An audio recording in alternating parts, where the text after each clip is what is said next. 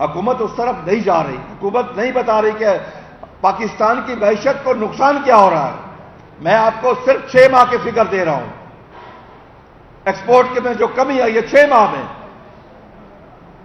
چاول 11%، مکی 70% ایکسپورٹ کمی ہوئی ہے. 70% آپ کی میجر ایکسپورٹ ہے. پیاز 31%، کنو 33%، کیلا 69%، گاجر مولی 24% اور آم 40% ایکسپورٹ میں کمی ہوئی ہے 1 جنوری سے لے کے 30 جون تک. اگر پچھلے سال ان 6 ماہ سے کمپیریزن کریں تو یہ فرق ہے جو میں نے آپ کو. اور اسی طریقے سے کاٹن کی امپورٹ میں 340% اضافہ ہوا ہے. 340%. اور ظلم کی انتہا دیکھیں کہ بجٹ پیش ہوا. بجٹ میں اناؤنس کیا گیا، ہم نے گزارش کی تو ہمارے اوپر جی ایس ٹی ہے کاٹن کے اوپر، وہ ختم کی جائے. اگر باہر سے آتی ہے امریکن کاشتکار کی، برازیل کے کاشتکار کی، آسٹریلیا کے کاشتکار کی 100% ڈیوٹی فری ہے، لیکن اگر پاکستانی کاشتکار اگاتا ہے تو اس کے اوپر 18% جی ایس ٹی ہے. ہم تو آج بھی کہہ رہے ہیں کہ خدا کے لیے پہلا یہ کیا جائے کہ ہمارے اوپر جو جی ایس ٹی ہے وہ ختم کی جائے. بے شک آپ باہر کے اوپر نہ لگائیں.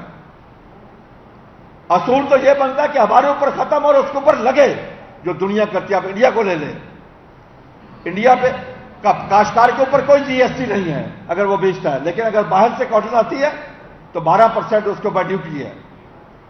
کاشتکار کو لیول پلینگ فیلڈ دیا جاتا ہے. ہمارے پاکستانی کاشتکار کو کاسٹ آف پروڈکشن میں لیول پلینگ فیلڈ ہے.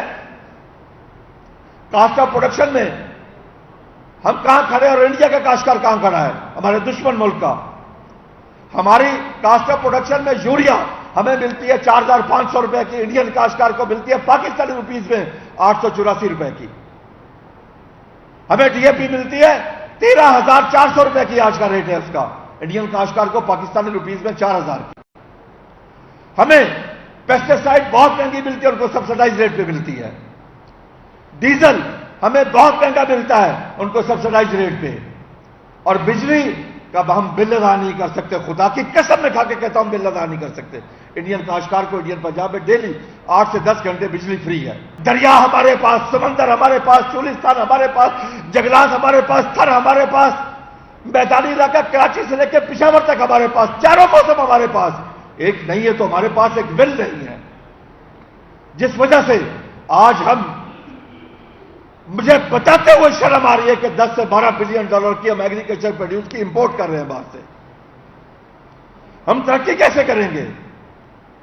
ہم ہر سال بلین آف ڈالر کی امپورٹ بڑھا رہے ہیں اور پھر جا کے پاؤں پکڑتے آئی ایم ایف کے کہ ہمیں 1 بلین ڈالر کی خاطر ہمارے حکمران ان کے پاؤں میں پڑے ہوتے ہیں وہ ڈالر لینے کے لیے، 1 بلین ڈالر لینے کی خاطر. لیکن اپنی طرف توجہ نہیں ہے. میں حکومت سے واضح مطالبہ کر رہا ہوں، میں واضح کرنا ہم احتجاج پر ہے اور ہمارا احتجاج اب بہت خطرناک احتجاج ہے. ہم نے وصف کے بند کرنا چھوڑ دی ہیں.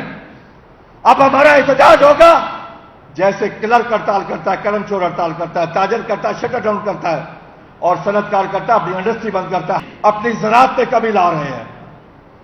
اگر پچھلے سال گندم میں ہم نے 10% کمی لے کے آئے تھے، 3 ملین ٹن آپ کی گندم کم ہوئی ہے اس سال. اگلے سال یہ کمی 40% پہ چلی جائے گی اگر حکومت نے ہوش کے ناکر نہ لیے تو. اگر حکومت نے ہمیں فصلوں کا ریٹ نہ دیا، ہماری کاسٹ آف پروڈکشن کو کم نہ کیا، تو پھر ہم احتجاج پر آئے. اس وقت ہم کیا کریں؟ ہمارا کاشتکار کے حالات کیا ہے؟ آج پاکستان کی معیشت کی خاطر، پاکستان کی فوڈ سیکورٹی کی خاطر میں آج ہاتھ جوڑ کے فیلڈ مارشل سے اپیل کرتا ہوں کہ خدا کے لیے ایک جنگ آپ نے جیتی ہے بھارت کے خلاف، اب یہ پاکستان میں جنگ ہے، زراعت کی جنگ ہے، یہ بھی آپ آ کے جیتے. آئے اس پہ انٹروین کریں. ہم مجبور ہو کے ان سے اپیل کر رہے ہیں، خدا کی قسم ہم مجبور ہو کے کر رہے ہیں. میں لا الہ الا اللہ محمد رسول اللہ کلمہ بھر کے کہہ رہا ہوں کہ ہم مجبور ہو چکے ہیں. اب ہمیں نقصان ہی نقصان نظر آ رہا ہے. کہ ہم 20 ارب روپے سبسڈی دیں گے. بھائی 2,000 ارب کی فصلیں ہم سے لے کے ایک ایک فصل میں 2,000 ارب کا نقصان دے کے 20 ارب ہمیں دے کے ہمیں خیرات دے گے. ہمیں آپ کی خیرات نہیں چاہیے, ہمیں اپنی پروڈیوس کا ریٹ چاہیے, ہمیں اپنی فصل کا ریٹ چاہیے. کیا کھانے کے لیے صرف گندم ہے پاکستان میں اور کوئی چیز نہیں ہے؟ کیا یہ چینی عوام نہیں کھاتی؟ یہ عوام بجلی استعمال نہیں کرتی؟ آپ کہتے ہیں روٹی 14 روپے کی, اگر وہ پنکھا چلا کے کھائے تو اسے 30 روپے کی پڑتی ہے. وہاں کوئی احساس نہیں ہے. اس وقت زراعت کے بہت برے حالات ہیں. میں حلفاً کہہ رہا ہوں, کاشتکار کے نہ گھر کے حالات اچھے, نہ کھیت کے حالات اچھے, نہ بچوں کی تعلیم کے حالات اچھے, نہ اس کی صحت کے حالات اچھے. وہ آپ کے لیے سال کے 365 دن کام کرتا ہے. 365 دن.